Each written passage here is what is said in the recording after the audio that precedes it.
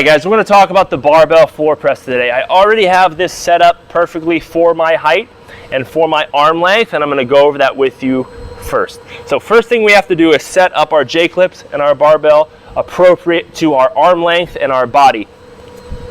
If you notice, when I'm lying on the ground here and I raise my arms on up, this barbell or this J-clip is right around wrist to finger height, okay? Anywhere around there is fine. I like to just bring my arm up. I like to get to the rig, pull my arm up, and wherever my fingertip is, just slide the J-clip into that position. If you notice, my finger clip was around 5, my finger was around 5, so I just slid the J-clip around that height, okay?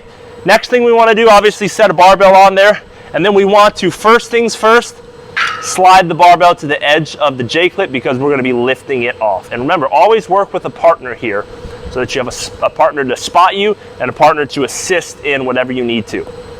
Second thing we're going to do is make sure that we align our body up to where our eyes are directly underneath the barbell, okay? So eyes directly underneath the barbell before we start.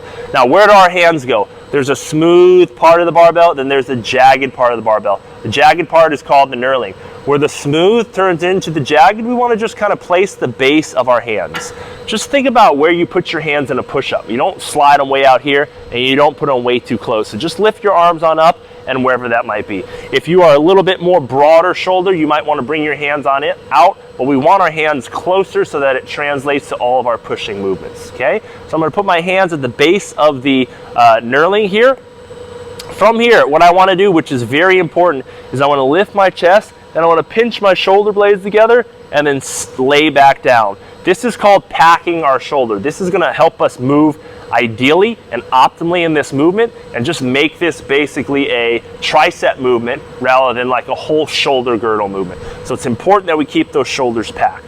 From here, with the assistance of a partner, we are going to lift the barbell on up, and we're going to bring the barbell to where it's directly over the middle portion of our chest, or like the nipple portion of our chest, okay? From here, if you notice my knees are bent, this is going to help keep my lower back pressed down. I don't want my back arched on this movement. I want my lower back pressed down. I'm going to breathe here. Hold as I come down, kiss my elbows, come up, reset my breath. Remember, this is very similar to any movement. This is my safe zone. My joints are stacked. Even though this is challenging for me to hold this weight up, my joints are stacked, so this is where I can breathe.